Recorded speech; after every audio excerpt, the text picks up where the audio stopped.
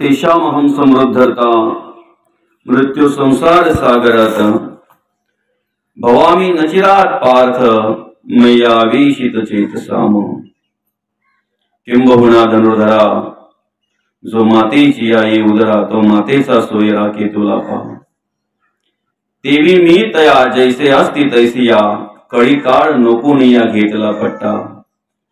एरवी तरी माझी या भक्ता आणि संसाराची चिंता काय असमर्थाची कांता कोरांड मागे। प्रस्तुत प्राप्त समयी आजच्या या प्रवचन रूपी सेवेकरिता घेतलेला श्लोक गीतेतील अध्याय क्रमांक 12 आणि या 12व्या अध्यायातील श्लोक क्रमांक 7। या 7व्या श्लोकामध्ये भगवान आपल्याला मार्गदर्शन करत असताना, आपल्याला उपदेश करत असताना म्हणतात, तेषामहं समृद्धता मृत्यु संसार सागरात भवामी नचिरात पार्थ मय्यावेशित चेतसाम। भगवंत म्हणतात, माझ्या ठिकाणी ज्यांनी चित्त ठेवलं आहे अशा त्या माझ्या भक्तांना मी अल्प काळात जन्म मृत्यू आणि संसार सागरातून उद्धार करणारा होतो, सोडविणारा होतो। अर्थात भक्त हा शब्द या ठिकाणी भगवंताने मांडलेला आहे, सांगितलेला आहे। भक्ताचे प्रकार अनेक आहेत, मुख्य प्रकार 4 पडतात: आर्त, अर्थार्थी, जिज्ञासू आणि ज्ञानी। त्या आर्त भक्ताची ओळख करून देत असताना भगवंत म्हणतात,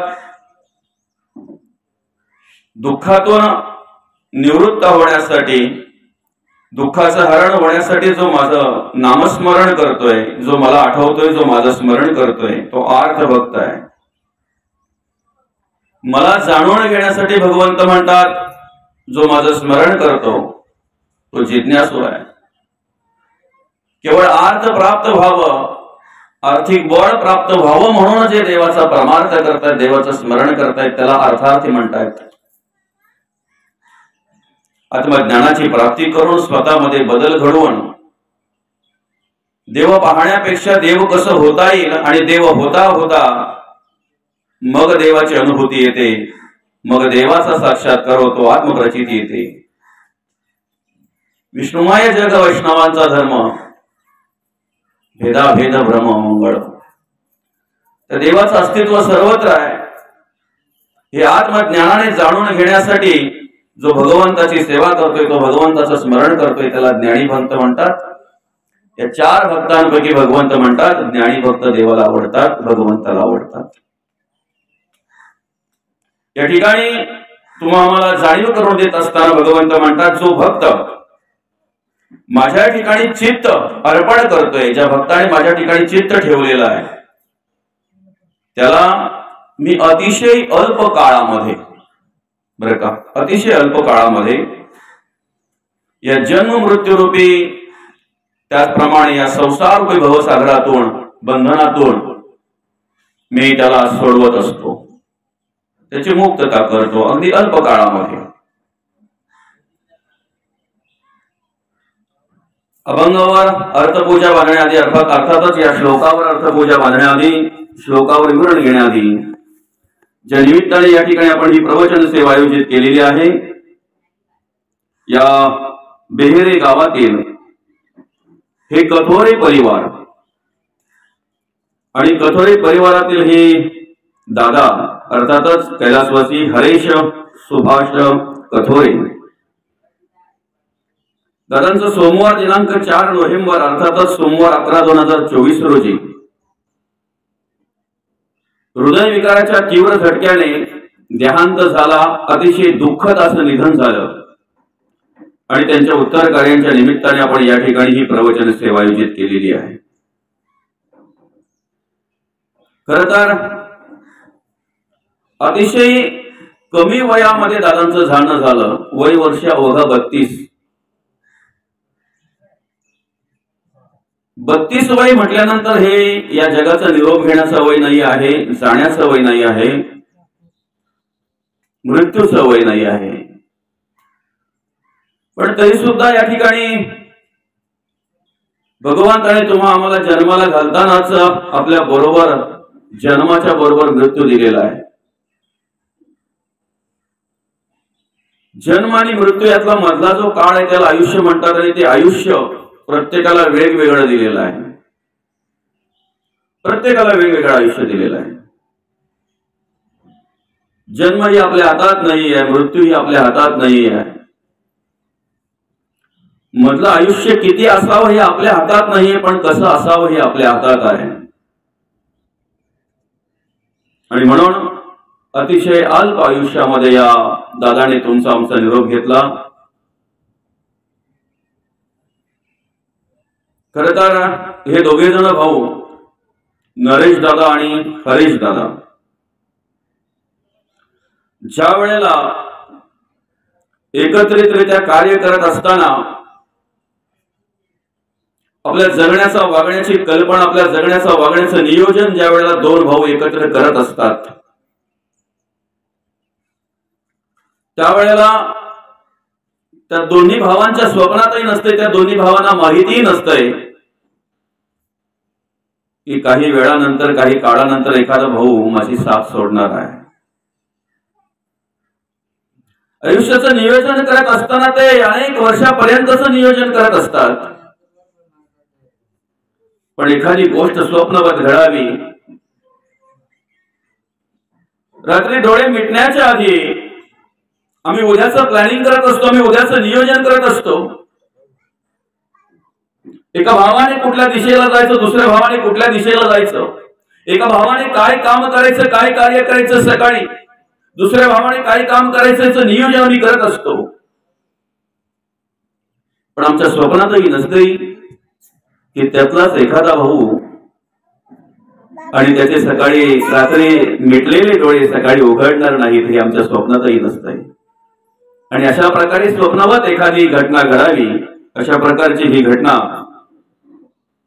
आई वडिलांच्या आयुष्यातील सगळ्यात मोठं दुःख असेल तर आपल्या डोळ्यामध्ये मुलाचं प्रेत पाहणं यापेक्षा दुसरं दुःखच कुठलं नसणार आहे. आमचे आई साहेब असतील, आमचे दादा अर्थातच श्रीवास दादा असतील आणि हे कथोरे परिवार असेल, काका असतील, चुलत भाऊ असतील, अगदी कोणाच्याही स्वप्नात नसेल की हरीश आम्हाला सोडून जाणार आहे, हरीश आयुष्य कमी आहे, कोणाच्याही स्वप्नात नसेल. ही दुःखद घटना प्रत्येकाच्या अंतःकरणपूर्वक असं वाटतं की कोणाच्या आयुष्यामध्ये अशा प्रकारचं दुःख नको आहे, पण ते आपल्या हातात नाहीये दादा. म्हणून आपण म्हणतो ईश्वर सत्य पुढे इलाज नाही.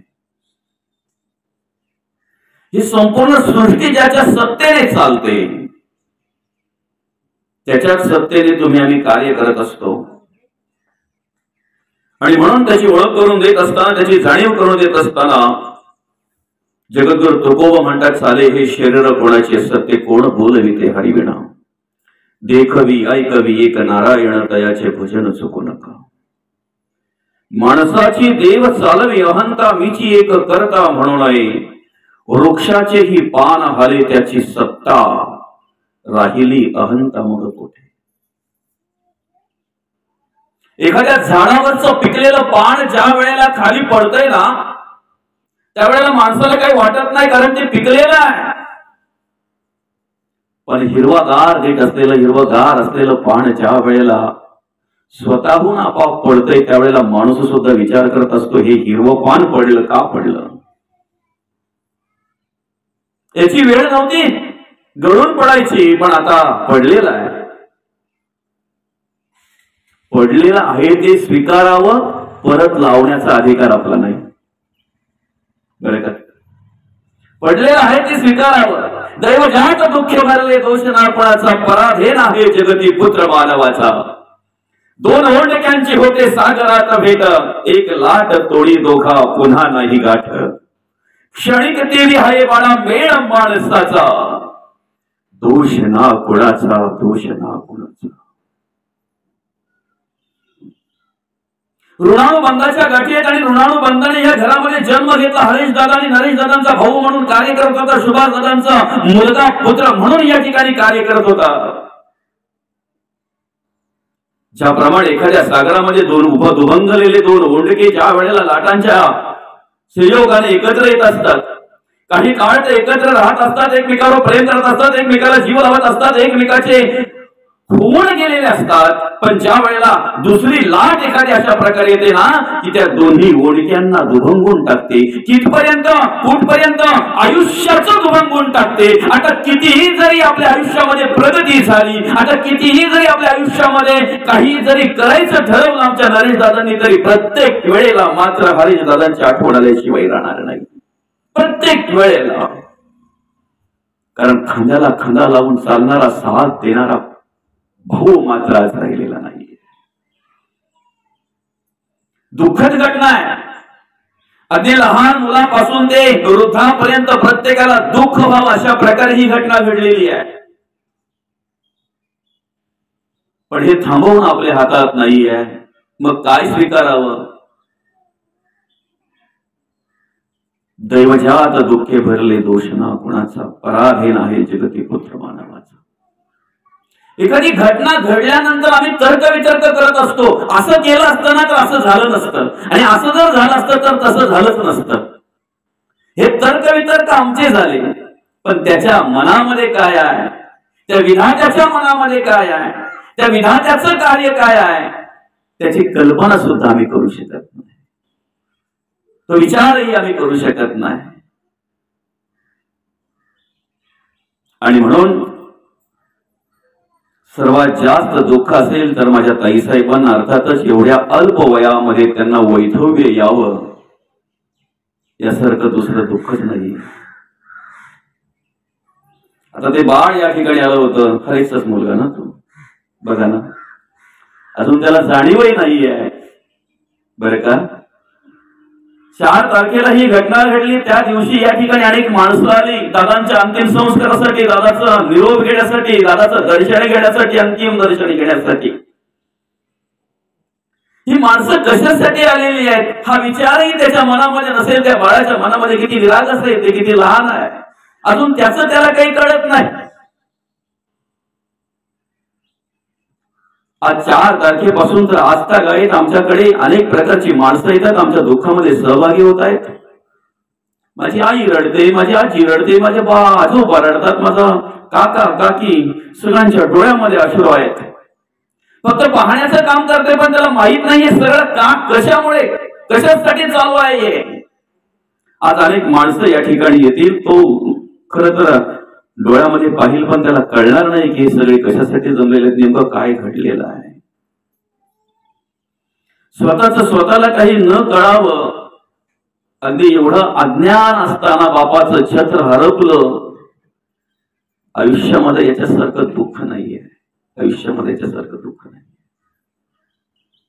आणि म्हणून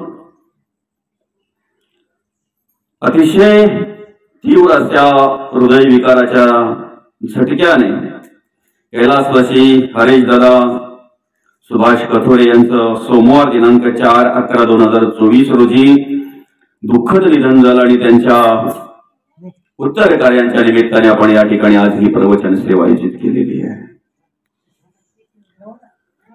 प्रवचन सेवेसाठी घेतलेला श्लोक गीतेतील अध्याय क्रमांक 12 आणि 12व्या अध्यायातील 7वा श्लोक, अर्थातच श्लोक क्रमांक 7. या 7व्या श्लोकामध्ये आम्हाला मार्गदर्शन करत असताना भगवंत म्हणतात, तेषामहं समृद्धता मृत्यू संसार सागरात भवामी नचिरात पार्थ मय्या वेशित चेतसाम. भगवंत म्हणतात, तुम्ही माझ्या चरणी माझ्या ठिकाणी चित्त स्थिर करा. जे भक्त माझ्या ठिकाणी चित्त स्थिर करतात त्यांना या जन्म मृत्यूच्या राहाडगाड्यातून, या संसार भवसागरातून मी अल्प काळामध्ये तारणहार होतो, अल्प काळामध्ये, बरं का. आणि म्हणून जन्म झालेला आहे, मृत्यू ठरलेला आहे. राजा असता मृत्यू आला, 1,00,000 कोटी कबूल झाला तरी सोडीनं त्याला मृत्यू काही. बाबा कितीही जरी श्रीमंत माणूस असला, कितीही, तरी मृत्यू कोणालाही चुकणार नाही. किती जरी लांब जाण्याचा प्रयत्न केला, पण किती लपून राहण्याचा प्रयत्न करा, सांगू का, ज्या ठिकाणी ते मृत्यूपासून आपण बाजूला व्हावं म्हणून लपून राहिलो, आपण दिसणार नाही. तर यमाच्या दूतांना जे कोणी असतील त्यांना आपण दिसणार नाही. अशा प्रकारे जरी आपण लपण्याचा प्रयत्न केला ना, तरी जिथे लपून तिथे काळ असेल याची कल्पनाही आपण करू शकत नाही. कारण आईचा मृत्यू गरुडाला कळल्यानंतर गरुडाने काय केलं, एका झाडाच्या डोळीमध्ये ते आईला नेऊन ठेवलं. पण त्याला माहित नाहीये काळ तिथेच तिची वाट पाहत होता. उलट अर्थी ज्या वेळेला त्याला वाटलं की मी माझ्या आईला सुरक्षित ठिकाणी नेऊन ठेवलंय, त्यावेळेला काळाने सांगितलं माझं काम तू सोपं केलं, हलकं केलं. कारण ज्या ठिकाणी त्याचा मृत्यू लिहिलेला होता त्याच ठिकाणी तो नेऊन ठेवलेला आहे. ही बुद्धी त्याच्या ठिकाणी उत्पन्न झाली. बरं का, ही बुद्धी त्याच्या ठिकाणी ती उत्पन्न झाली. त्या आईला घ्यायची, तिकडे नेऊन ठेवायची. सगळ्या आपण म्हणतोय ना, लिखित आहे सगळं हे. आणि ज्या पद्धतीने लिखित आहे त्याच पद्धतीने घडणार आहे सगळं काही. जन्म झालेला आहे, मृत्यू ठरलेला आहे. जन्म झाल्याबरोबर तो मृत्यू आपल्या बरोबर आहे. जन्म झाल्यापासून त्या क्षणापासून तो मृत्यू आपल्या बरोबर आहे. त्याला मित्र करायचं की वैरी करायचं हे आपल्यावर आहे. संत मृत्यूला घाबरले नाहीत, कारण त्यांनी मृत्यूला मित्र केलं. मित्र या दृष्टीने त्याच्याकडे बघितलं, म्हणून संत मृत्यूला घाबरले नाहीत. आम्ही मृत्यूला घाबरतो कारण त्याच्याकडे आम्ही शत्रू म्हणून पाहतो. त्याला आम्ही शत्रू करून ठेवलेला आहे. सांगू का, ज्यांच्यावर आपण प्रेम करतोय ना, ज्यांना आपण जीव लावतोय ना, ती मुलं असतील, ती बाई असेल, ते सोयरे असतील, ते आप्तेष्ट असतील, ते मित्र असतील, ज्यांना आपण जीव लावतोय, प्रेम करतोय, ज्यांच्यावर आपण, एक वेळ ते आपली साथ सोडतील, पण शेवटपर्यंत मृत्यू आपला साथ सोडत नाही. शेवटपर्यंत मृत्यू आपला साथ नाही सोडत, आपली साथ सोडत नाही. कारण त्याला सांगितलेलं असतंय शेवटपर्यंत याच्या बरोबरच थांबायचं आहे, ह्याच्या बरोबरच थांबायचं आहे. आमचं कर्तव्य काय आहे? आम्ही आलेलो आहोत, एक दिवस तर जायचं आहे. मग एक दिवस जर जायचंच आहे तर आमचं कर्तव्य काय आहे? ते कर्तव्य महत्वाचं आहे, बरं का. ते कार्य महत्वाचं आहे. काय करायचं आहे, तुझं आद्य कर्तव्य काय आहे, एवढीच ओळख करून देण्यासाठी गीता सांगावी लागली भगवंताला. अर्जुनासाठी ते वर्णन करावं लागलं. काय काय आहे त्याच्यामध्ये? शस्त्र खाली ठेवलं, इंद्रिय गळीत गात्र झाली, जे कर्तव्य होतं ते कर्तव्याचं भान राहिलं नाही, कर्तव्य विसरलं. दादा, तुझं आद्य कर्तव्य काय, तू काय केलं पाहिजे, एवढं सांगण्यासाठी गीता त्या ठिकाणी सांगावी लागली. गीतेवर भाष्य अर्थातच निरूपण करावं लागलं, त्या ठिकाणी ते मार्गदर्शन करावं लागलं. भगवंत म्हणतात, अरे मी देव आहे, परमात्मा आहे, हे विश्व मी निर्माण केलेलं आहे, हे विश्व चालवणारं सामर्थ्य माझ्याकडे आहे. तरी सुद्धा मी कर्म करतोय ना, तरी सुद्धा मला कर्म करावी लागतात ना. जर देव ही कर्म करत असेल, जर देव ही कार्य करत असेल, आम्ही तर जीव आहोत, आम्ही कर्तव्य आमचं केलंच पाहिजे, आम्ही कार्य आम्ही केलंच पाहिजे. जिथे जाणीव नाहीये, जिथे मार्गदर्शन नाहीये, जिथे सत्संग नाहीये, त्याला काय करणार आहे? आम्ही आमच्या आयुष्यामध्ये काय कर्म करावी, कसं जगावं, कसं वागावं, काय कळणार आहे त्याला? आणि म्हणून मग होतंय काय, जसं जन्माला घातलंय तसं आलेलं आहे, जगतंय, वागतंय, जे येईल वाट्याला ती कर्म करताय, आणि एक दिवस मृत्यू आला की निघून जात आहे. त्याच्या जीवनाला किंमत शून्य आहे, शून्य किंमत आहे. क्षुधा, तृषा, आलस्य, निद्रा आणि मैथून, भूक आम्हालाही लागते, प्राण्या पक्ष्यांनाही भूक लागते, त्यांची भूक भागली जाते. फरक एवढाच आहे, माणूस मरतोय तरी त्याचं पोट भरत नाही, एवढाच फरक आहे. निद्रा आम्हाला आहे, त्यांना आहे, आलस्य तिथे आहे, आमच्याकडे आहे. तहान त्यांना लागते, आम्हाला लागते. क्षुधा, तृषा, आलस्य, निद्रा, मैथून, आम्ही उत्पत्ती करतोय, तेही उत्पत्ती करतात. एवढंच कार्य करून जर आम्ही या जगाचा निरोप घेत असू तर आमच्या आयुष्याला किंमत शून्य आहे. मग आम्ही काय केलं पाहिजे? जन्म झालेला आहे, मृत्यू ठरलेला आहे, मधल्या काळामध्ये आम्ही काय केलं पाहिजे? या भूलोकावर पाठवितानाच प्रत्येकाला भगवंताने वेगवेगळ्या प्रकारच्या कला दिलेल्या आहेत, वेगवेगळ्या प्रकारचे गुण दिलेले आहेत, प्रत्येकाला वेगवेगळ्या प्रकारचे दिलेले आहेत. काहींना मृदुंग वाजवतोय तो अतिशय चांगल्या प्रकारे, बाबा बघत बसतोय आपण, पाहत बसतोय आपण, काय पोटामध्ये जादू असते त्यांच्या. काहींना हार्मोनियम अतिशय चांगल्या प्रकारे अशी बोट नुसती फिरतात ना, बघा ना, आपण आश्चर्य करतो. काहींचं गायन, काहींचं वक्तृत्व, टाळ वाजवणं सुद्धा हे काय सोपं नाही आहे. काही महिला रांगोळ्या काढतात ना, नुसता हात असा नुसता फिरला तरी पण ते एवढी आकर्षित असते की माणसं तिथे आकर्षित होतात.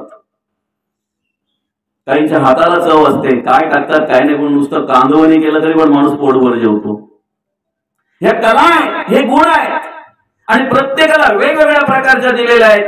माऊली म्हणतात त्या कलेचा वापर ज्या वेळेला आपण समाजासाठी करतोय, देवासाठी, देशासाठी, धर्मासाठी करतोय ना, त्यावेळेला खऱ्या अर्थाने आपल्याला जन्माला घालण्याचं सार्थक त्या भगवंताला वाटतंय. स्वतःसाठी आणि स्वार्थासाठी जगणारी माणसं अनेक आहेत ना, पण स्वतःसाठी आणि स्वार्थासाठी जगणारी माणसं अजरामर होत नाहीत. देहाच्या बरोबर कर्माची माती होते त्यांच्या, बरं का. तुम्ही अनेक शास्त्र वाचा, अनेक पुराण वाचा. पंचभूतात्मक देह आहे, पृथ्वी, आप, तेज, वायू आणि आकाश. ज्या वेळेला अंतरात्म्याची साथ सोडून जातोय त्यावेळेला आपल्या समोर पृथ्वीमध्ये विलीन होते, शेवटी देहाची माती होते. आप आपामध्ये विलीन होतोय, तेज तेजामध्ये विलीन होतोय, आकाश आकाशामध्ये विलीन होत आहे, वायू वायूमध्ये विलीन होतो. मग शरीर जर आपल्या समोर नष्ट होत असतंय तर त्या माणसाचं राहतंय काय? त्या माणसाने त्याच्या आयुष्यामध्ये केलेली कर्म, याला म्हणतात मरावे परी कीर्ती रूपी उरावे.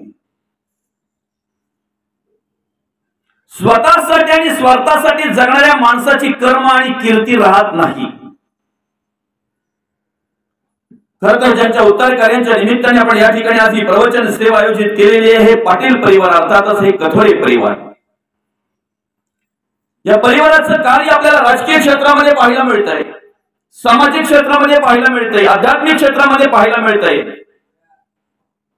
एक आदर्शयुक्त उदाहरण, आदर्शयुक्त परिवार म्हणून या ठिकाणी आपल्याला हे कार्य करताना पाहायला मिळतंय. केवळ या बेहेरे गावातच नव्हे, केवळ कल्याण तालुक्यातच नव्हे, किंवा केवळ ठाणे जिल्ह्यापुरतच नव्हे, तर अनेक जिल्ह्यांमध्ये ज्या परिवाराचं नाव आहे ते परिवार म्हणजे हे पाटील अर्थात कथोरे परिवार, बेहेरे गावातील.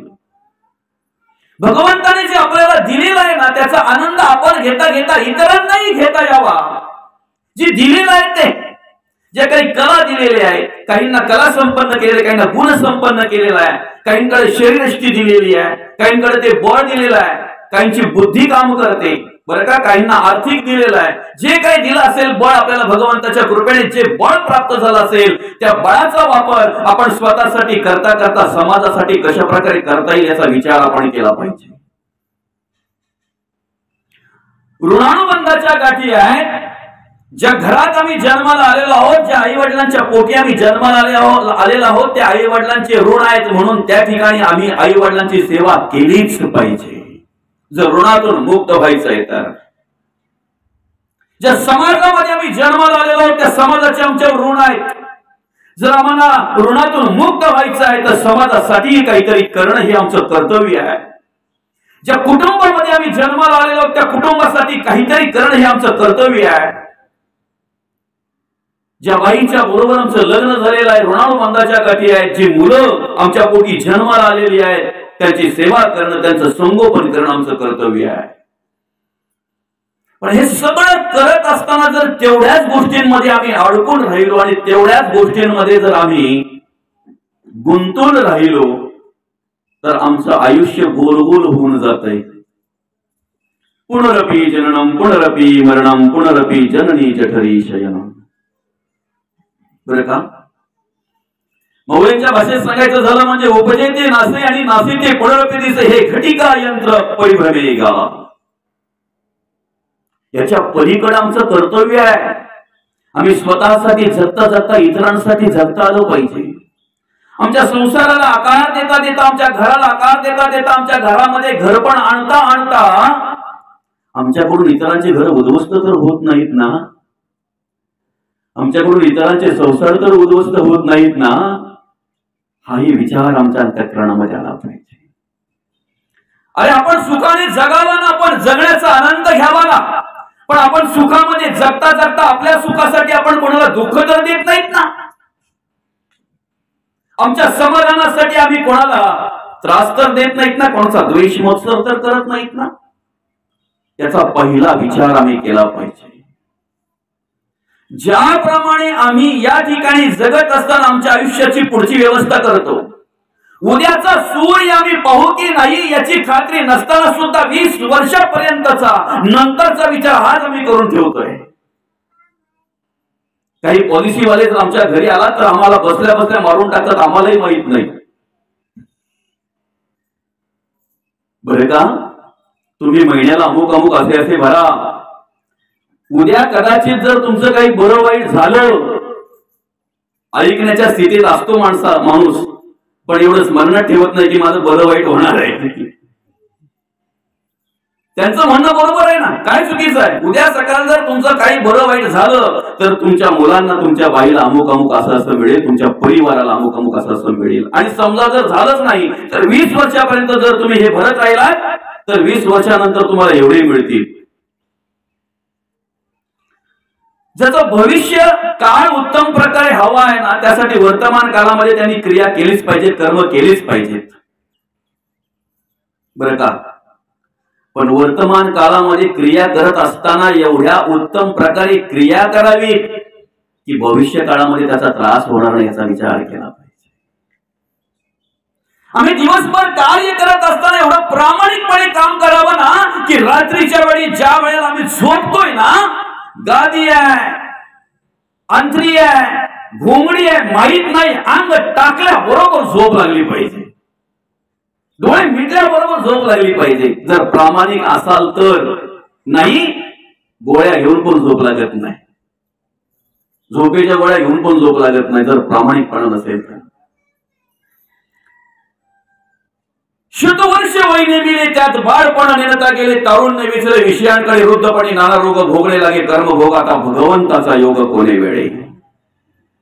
तारुण्यामध्ये आम्ही अशी कर्म करावी, तारुण्यामध्ये आम्ही असं जगावं. कदाचित जर देवाच्या कृपेने वृद्धपण आलाच तर त्या वृद्धपणामध्ये आम्हाला आनंद वाटला पाहिजे. आम्ही तारुण्यात जगल्याचा आनंद वाटला पाहिजे, तारुण्यात केलेल्या कर्माचा आनंद आम्हाला वृद्धपणी वाटला पाहिजे. जन्म झालेला आहे, मृत्यू ठरलेला आहे, मधलं आयुष्य आपल्या हातात आहे. काय करावं? ज्या पद्धतीने आम्ही जगत वागत असताना आमच्या संसारासाठी, आमच्या प्रपंचासाठी सगळं काही करतोय, सगळ्या काही खटाटोपे, सगळ्या उठाडीवी करत असतोय, धावपळ करत असतोय. किती उजेडल्या दिवसापर्यंत तर मावळत्या दिवसापर्यंत कधीतरी माणसाला तो सूर्यही लवकर मावळू नये असं वाटतं, एवढा कामामध्ये गुंतला जातो. शेताचं काम करता करता ज्या वेळेला सगळं शेत कापलं जातं आणि थोडंच राहिलं जातंय, अंधार पडायला येतो, तेवढ्यात काय होतं माहितीये का? थोडं अजून टायमिंग पाहिजे होतं, आपण सगळं शेत कापून टाकलं असतं.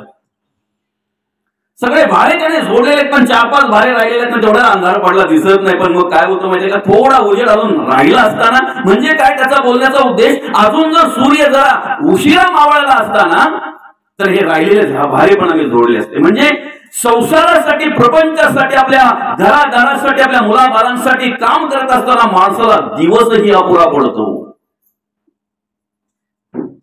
करावं ना, आपण करू नये का? शेतीचं काम करत असताना एक आदर्शयुक्त शेतकरी म्हणून काम करावं. संसार करत असताना आपला आदर्श इतरांनी घ्यावा, अशा प्रकारे संसार करावा. घराला घरपण देत असताना आपला आदर्श इतरांनी घ्यावा, अशा प्रकारे त्या घरामध्ये राहावं, जगावं, वागावं. पण एक विचार केला पाहिजे की आम्ही हे सगळं करतोय कोणासाठी? करतोय कोणासाठी? जो मनुष्य ह्याच गोष्टींमध्ये गुंतलेला असतोय ना, त्याला सांगा ना बाबा, प्रवचन आहे, जरा कीर्तन आहे बाबा, बाबा आपल्या गावामध्ये हरिनाम सोहळा चालू आहे, इकडे कुठे पायरीवर एखाद्याच्या बसण्यापेक्षा, एखाद्याच्या नाक्यावर बसण्यापेक्षा तिथे जाऊन बसा ना. त्याचं उत्तर असते, मराला टाइम नाही. त्या उत्तर असते त्याचं, एवढा गुंतलोय ना दादा मी संसारामध्ये, मला मरायला टाइम नाहीये.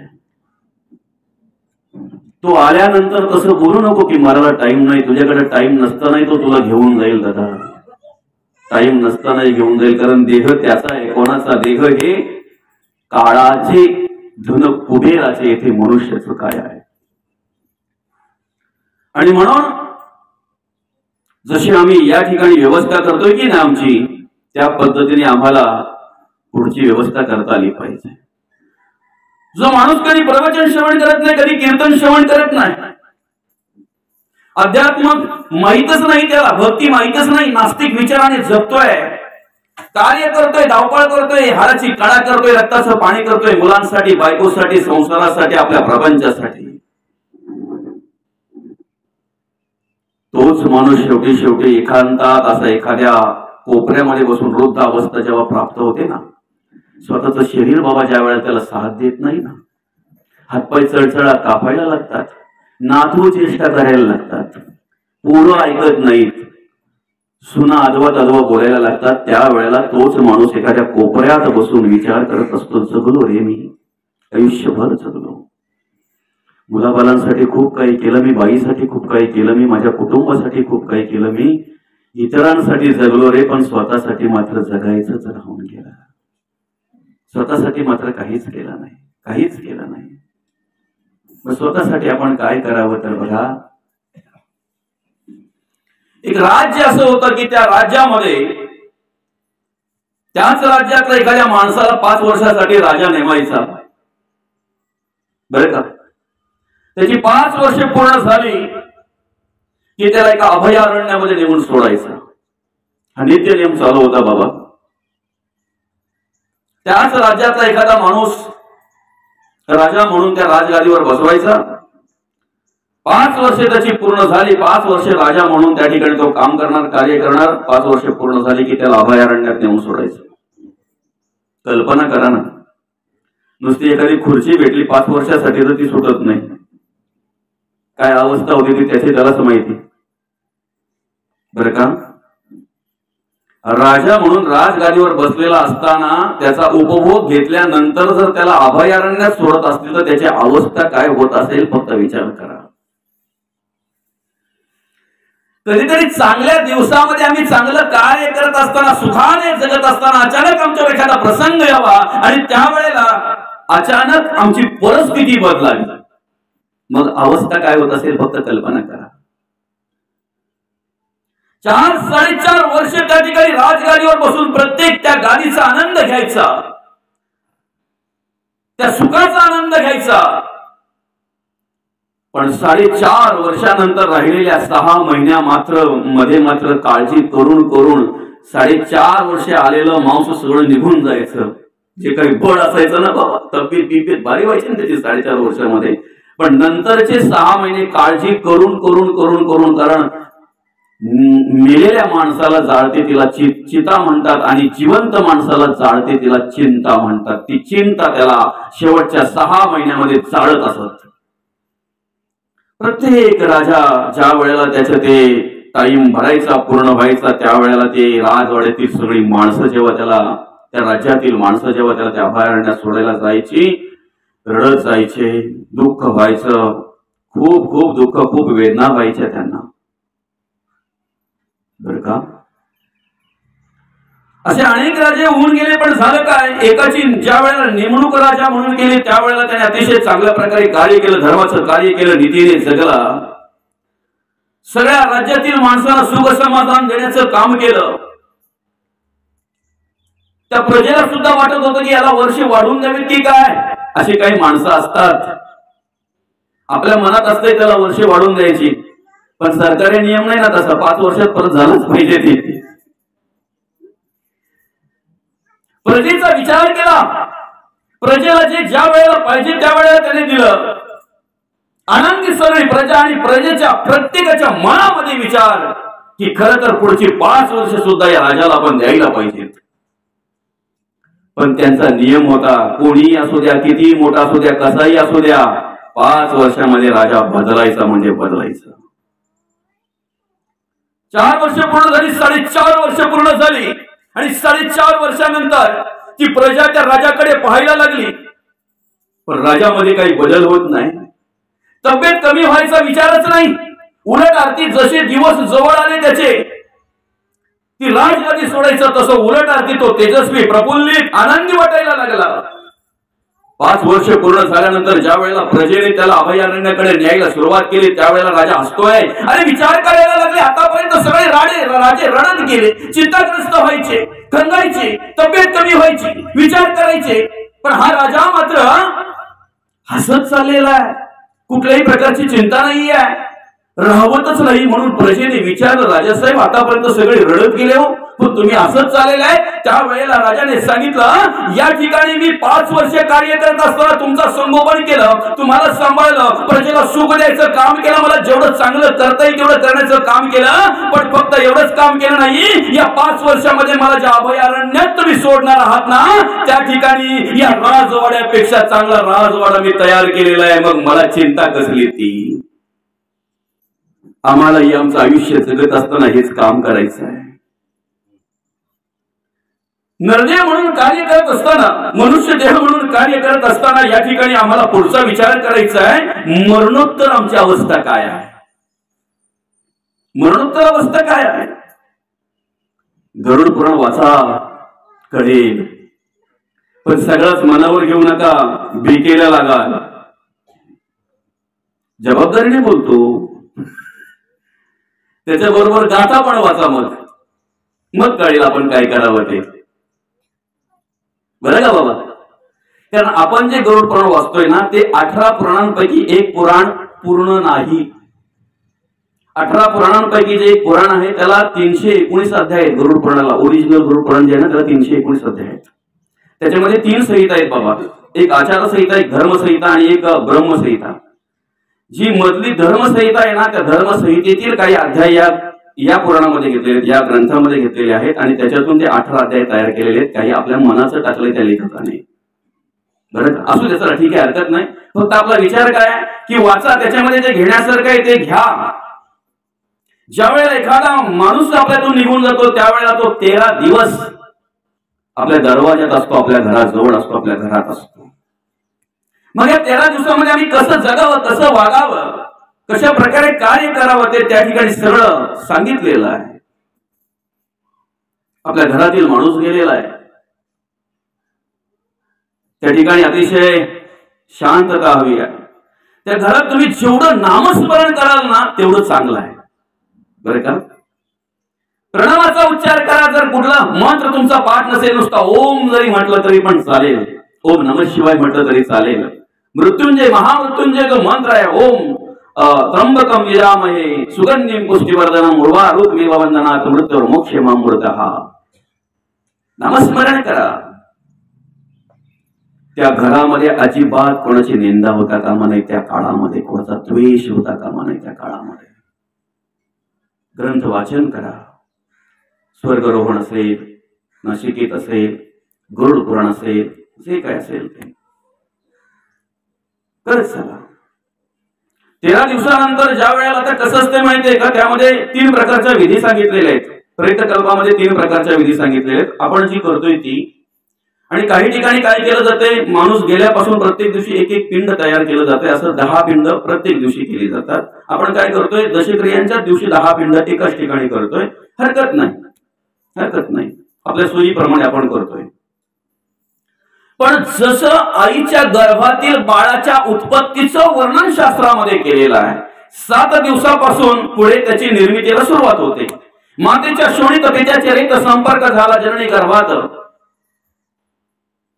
अत्यंत दोष ज्या विटाळा, त्या विटाळाचा पुतळा. आणि 7 दिवसापासून ज्या वेळेला त्या गर्भाला घडवायला, रचना करायला सुरुवात होते त्यावेळेला 3 महिन्यापर्यंतची त्याची अवस्था सांगितलेली आहे. कुठल्या वेळेला काय काय तयार होत आहे की नाही. 3 महिन्यानंतर मग त्याचा एक एक एक एक अवयव वाढत असतो. 7 महिन्यापर्यंत ते बाळ पूर्णत्वाला आलेलं असतंय आणि त्याच्यानंतर मग त्याला भूक लागलेली असते, तहान लागलेली असते, श्वासाची गरज असते. मग आई जे खाते ना ते नाले वाटत त्याला दिलं जातंय. आई जो श्वास घेते तो श्वास आई अर्धा त्याला देत असते. बरंच काही सांगण्यासारखं.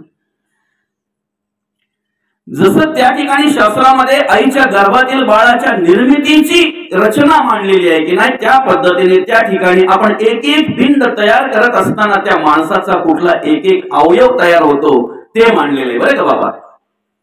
9 दिवसापर्यंत ते सगळं तयार होतंय. 10व्या दिवशी त्याला भूक लागते, तहान लागते, म्हणून आपण दशक्रियांना काय काढतो, घास काढतो त्याच्या नावाने. 10व्या 11व्या 12व्या 13व्या दिवशी आपण इकडे 13वे करतोय का, तर अन्नदान व्हावं नाही का, ज्ञानदान व्हावं, पिंडदान व्हावं, त्याच्याबरोबर अन्नदान घडावं या उद्देशाने आपण ते करत असतो. त्यानंतर 13 दिवसानंतर तो डायरेक्ट यमलोकी जात नाही. यमलोकात जाईपर्यंत त्याला 1 वर्ष लागतो, 12 महिन्याचा काळ लागतो बरं का. मग त्या ठिकाणी दुसरी एक विधी आहे, ज्या तिथीला आपला माणूस गेला असेल त्या तिथीला प्रत्येक महिन्यामध्ये घास काढणे बरं का. असं 12 महिन्यापर्यंत आपण काय करतोय, डायरेक्ट जे काय असेल ते आपल्या पद्धतीने असेल ते चालू ठेवा, काय हरकत नाही. कारण आपल्याकडच्या ज्या पद्धती आहेत ना पूर्वजांपासून, पूर्वीपासून, ठीक आहे, व्यवस्थित आहे.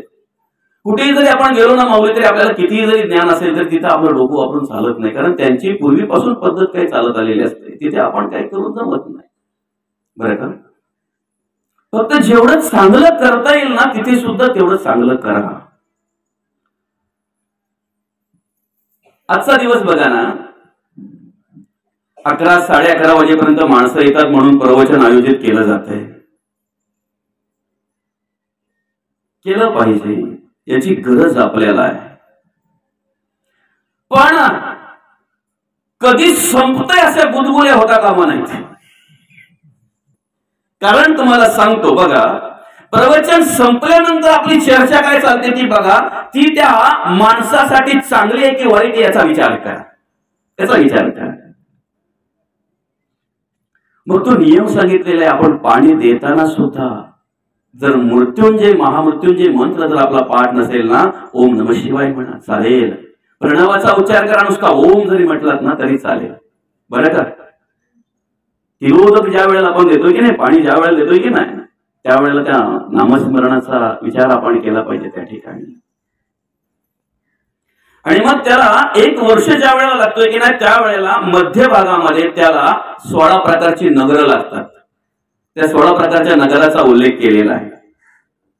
आता बघा, आपल्या आयुष्यामध्ये आपण कर्म करत असतो, कारण कर्मावर सगळं अवलंबून आहे बरं का माऊली. कशावर अवलंबून आहे, कर्मावर. तुम्ही किती ज्ञानी असाल, किती पाठांतर असेल, किती ओव्या पाठ असतील, अनेक अध्याय पाठ असतील तुमचे, तुम्ही म्हणत असाल माझा एवढा पाठांतर आहे, माझा एवढा अभ्यास आहे, हे आहे ते आहे बरं का. आणि कर्म जर नसतील ना तर त्याला किंमत शून्य आहे, शून्य किंमत आहे. तुमच्याकडे भरपूर संपत्ती असेल पण कृपण आहे, कंजूस आहे. किती शेजारच्या घरातून चहाचा सुगंध आला की त्यांच्याकडे जातो बरोबर त्याच वेळेला, पण आपल्या घरी चहा ठेवल्यानंतर चुकून जर शेजारी आला काही कामानिमित्त तर कप लपवून ठेवतो. समजतंय. एखाद्या ठिकाणी तो एखाद्या सप्त्या हरिनाम सोहळ्यासाठी 101 रुपया, 101 रुपया, किती मोठी संख्या वाटते ना. दान देताना, खर्च करताना 100 कुठे गेले पत्ता लागला नाही. पण महाप्रसादाला मात्र सगळ्या घरादारा सहित त्या ठिकाणी असू द्या, प्रसादाचं सेवन आपण केलं पाहिजे, पण त्या ठिकाणी विचार पण केला पाहिजे आपला सहभाग किती आहे इथे, आपला किती सहभाग आहे. कृपण कंजूस. ज्याच्याकडे भरपूर संपत्ती आहे आणि त्या संपत्तीचा जर त्याला अभिमान असेल तर त्याने जरा रावणाला आठवावं. मला सांग बा रावणा काय झाले, अकस्मात ते राज्य सर्वे बुडाले. ते राज्य असं म्हणतात, त्याच्या घराला सोन्याच्या विटा होत्या, सोन्याचे खांब होते. दुसरं सांगू, ती सोन्याची नगरी रावणाची नव्हती, महादेवाची होती. कुबेराने दिलेली दशग्रंथी ब्राह्मण म्हणून याला पूजा करायला बोलवलं. काय द्यायचं म्हणून महादेव म्हणतात, अरे रावणा चांगली पूजा केली रे, काय देऊ तुला. हेच त्याने औचित्य साधलं आणि सांगितलं, ज्याची वास्तुशांतीची, ज्या वास्तूची पूजा केली की नाही माय, ती वास्तूच मला द्या. सोडलं पाणी महादेवाने तिथेच. सोडलं. आता पाणी सोडल्यानंतर पार्वती मातेची काय अवस्था झाली असेल नाही का? सोन्याच्या नगरीत राहायचंय म्हणून कल्पना केलेली ती बिचारी पार्वती माता महादेवाने पाणी सोडल्यानंतर काय अवस्था झाली असेल त्याची? काय नाही अवस्था झाली ती, फक्त एवढं बोलली या बोवाचा असाच, म्हणून त्याला बोळा शंकर म्हणतात. असो, हरकत नाही, जशी आली तशी गेली.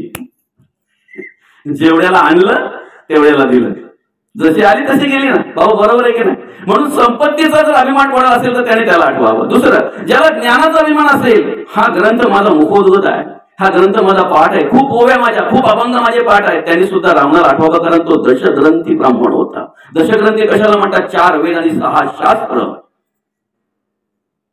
ऋग्वेद, यजुर्वेद, सामवेद, अथर्ववेद आणि 4 वेद. हे 4 वेदांचे महावाक्य अहम ब्रह्मास्मि तत्वमसि अयम आत्मन ब्रह्म प्रज्ञा नाम ब्रह्म. 6 शास्त्र, सगळ्याचा अभ्यास त्याचा होता. आम्हाला अजून एक ओवी कळत नाही बरं का माऊली. ज्या दिवशी आम्हाला ज्ञानेश्वरीची एक तरी ओवी कळेल ना, त्या दिवशी आमच्या आयुष्याचा उद्धार होईल. कारण माऊलींनी मांडलेला आहे, ग्रंथ श्रेष्ठ ज्ञान देवी एक तरी ओवी अनुभवावी. आमच्याकडून जर अजून कोणता द्वेष घडत असेल, मत्सर घडत असेल, तिरस्कार घडत असेल, तर आम्ही समजायला पाहिजे एकही ओवी आम्हाला कळली नाही, एकही ओवी कळली नाही. जरा जरी अभिमान, अहंकार जर आमच्या अंतःकरणामध्ये उभा राहत असेल ना, अहंकाराने जर आम्ही बोलत असू ना, तर आम्ही स्मरण ठेवलं पाहिजे एकही ओवी आम्हाला कळली नाही. ज्ञान करतोय आम्ही, पांडित्य करतोय आम्ही, काय करतोय, आमचा एवढा अभ्यास आहे, तेवढा अभ्यास आहे. जर मला स्वतःला जर सांगायची वेळ येत असेल की माझा एवढा अभ्यास आहे, समजायचं याला काहीच कळलं नाही, काहीच कळलं नाही. कारण परमार्थ हा नम्रतेने सुरुवात होत असते. नम्रता हा परमार्थातला पहिला अलंकार आहे आणि नम्रतेमुळेच परमार्थिक मनुष्य शोभून दिसत असतोय, शोभून दिसत असतोय. ज्याच्याकडे ज्ञानाचा अभिमान आहे त्याने सुद्धा रावणाचा विचार करावा. आणि सांगू का, ज्याला भक्तीचा अभिमान आहे, देवाचं करण्यात मी सगळ्यात पुढे आहे, मी कधी कमी पडत नाही, अख्ख्या गावात कोणी जेवढं देवाचं करत नाही तेवढं मी करतोय. का? लोक फळं आणतात देवाला बारीक बारीक, पण माझी कधीच बारीक फळं नसतात, मोठी फळं असतात. लोक देवाला हार आणतात छोटे छोटे, पण माझा हार लोक पाहत बसतात. मी कधीही तेलाचा दिवा लावत नाही, मी तुपाचा दिवा लावतोय. मी अशा साध्या अगरबत्त्या कधीच वापरत नाही, सुगंधी अगरबत्त्या लावतोय. जेव्हा मी देवाला अगरबत्ती लावतोय ना, तेव्हा शेजारी विचारायला येतात. याने सुद्धा रावणाचा विचार करावा, कारण त्याने आतड्याचा तुंतुन आणि शिराचा तंबोरा केला होता ज्या वेळेला कैलास पर्वताखाली दडपला गेला होता तेव्हा. समजतंय ना? मग सांगा ना, पैशाने संपत्तीने श्रीमंत होता, ज्ञानही होतं, दशग्रंथी ब्राह्मण होता, त्याच्याही पलीकडे भक्तही श्रेष्ठ होती, मग तरी सुद्धा त्याचं नाव पण शिल्लक राहिलं नाही. आहे का कोणाच्या देवाऱ्यामध्ये रावणाची मूर्ती, रावणाची प्रतिमा? 10-12 वर्षानंतर मुलगा झाला का, बऱ्याच वर्षानंतर मुलगा झाला म्हणून त्याचं नाव ठेवलंय रावण? नाही ना. एवढं सगळं असताना सुद्धा नाव पण शिल्लक राहिलं नाही. त्याला कारण काय? कर्म. आम्ही ज्ञानेश्वरी वाचावी का? आम्हाला कसं जगता वागता यावं हे ज्ञान आम्हाला प्राप्त व्हावं म्हणून आम्ही ज्ञानेश्वरी वाचावी. आम्ही गाथा वाचावी, आम्ही गीता वाचावी, आम्ही भागवत वाचावं, आम्ही संतांच्या वाङ्मयाचा अभ्यास करावा, आमच्याकडे पांडित्य यावं म्हणून नाही, आम्हाला कसं जगता वागता यावं म्हणून ते ज्ञान आम्हाला पाहिजे. जगद्गुरु तुकोबांच्या चरणी आम्हाला प्रार्थना करता आली पाहिजे. तुकोबा ज्याप्रमाणे तुम्ही कार्य केलं, पांडुरंग परमात्म्याचं कार्य ज्याप्रमाणे तुम्ही केलं, त्याप्रमाणे आमच्याकडून घडलं पाहिजे. आम्ही सुद्धा तुमच्या पावलावर पाऊल ठेवून चालायला पाहतोय. प्रार्थना करता आली पाहिजे. माऊली ज्ञानोबांकडे प्रार्थना करता आली पाहिजे, तसं जगता वागता यावं म्हणून. म्हणून आमच्या जीवनाचं जे सगळं काही अवलंबून आहे ते कर्मावर अवलंबून आहे. कर्माचे प्रकार अनेक आहेत, कारण कर्म करून घेणारे अनेक आहेत. पहिले म्हणजे 3 गुण, रजोगुण, तमोगुण आणि सत्वगुण. रजोगुणी पुनरावृत्ती आहे, तमोगुणी अधोगती आहे आणि सत्वगुणी भगवत भक्ती आहे. सगळं सांगितलंय बरं का. तमोगुणी माणसाला कसलं आवडतंय, खायचं काय आवडतंय, त्याला तिखट खूप आवडतंय बरं का. दुसऱ्याची हिंसा करून खायला त्याला खूप आवडतंय. समोरचा तडफडतोय तो जीव बरं का, तरी सुद्धा बोलतोय अर्धा किलो दे. तडपडताना बघत असताना सुद्धा जर मागत असेल तर सांगा ना याचं हृदय कशाने बनवलं असेल, कुठल्या हृदयाचा असेल हा. असो, रजोगुणी पुनरावृत्ती चमचमीत रजोगुणीला त्याच्याकडे विचारांची पुनरावृत्ती होत असते, म्हणून जन्माची सुद्धा पुनरावृत्ती होते. पुनरपि जननम पुनरपि मरणम पुनरपि जननी जठरे शयनम. सत्वगुणे भगवत भक्ती. आणि सत्वगुण हा कशावर अवलंबून आहे? तुम्ही काय खाताय त्याच्यावर, कुठे बसताय त्याच्यावर, कुठे राहताय त्याच्यावर, कोणाच्या संगतीला आहे त्याच्यावर सत्वगुण अवलंबून आहे. त्याच्यावर सत्वगुण अवलंबून आहे. तुम्ही ज्या जागेवर बसताय ना दादा, ज्या वेळेला तुम्ही नाक्यावर जाता ना त्यावेळेला नाक्यासारखेच विचार तुमच्याकडे येतात. पाहिजे अनुभव घेऊन पाहा. स्मशानात गेल्यानंतर काय माणसाकडे वैरागी येते नाही, काय नाही रे, काय येते माणसाच्या बरोबर रे. करगोटा सुद्धा माणसाच्या बरोबर येत नाही. या माणसाने किती रे हाडाची काढ केली, रक्ताचं पाणी केलं, काय आलं रे याच्या बरोबर. पण स्मशान सोडलं का आपला येणं माझ्या मागल्या ताप करण्यात चांगल्या. कारण ती जागा कशी आहे, ते महादेवाचं मंदिर आहे. म्हणून ज्या वेळेला आपण स्मशानात जातो ना त्यावेळेला जी स्मशानाची जागा आहे, जो कट्टा आहे, त्या कट्ट्यावर चप्पल घालून चढू नका. कमीत कमी तेवढी तरी पवित्रता पाळा. तिथे महादेवाचं मंदिर आहे. ते महादेव आहे कुठे? इतर ठिकाणी सगळीकडे लिंगाने येतो. प्रतिमा कुठे आहे का, मूर्ती कुठे आहे का महादेवाची? त्या ठिकाणी महादेव आहे. म्हणून जगी जास्त कोणी नाही. तिथं कोण असते? आपल्याला कोणच नाही, पण देव सांभाळतो ना आपल्याला. इथे सुद्धा देव आपल्याला सांभाळतोय. म्हणून स्मशानभूमीच्या कट्ट्यावर जात असताना जो काही असतो ना वरती, आधी आपल्याला बसायला वगैरे जागा असते, तिथे चप्पल घालायला हरकत नाही. पण जी ठराविक जागा आहे त्या ठिकाणी चप्पल खाली काढा आणि मग वर जा. तेवढं तरी पाळा.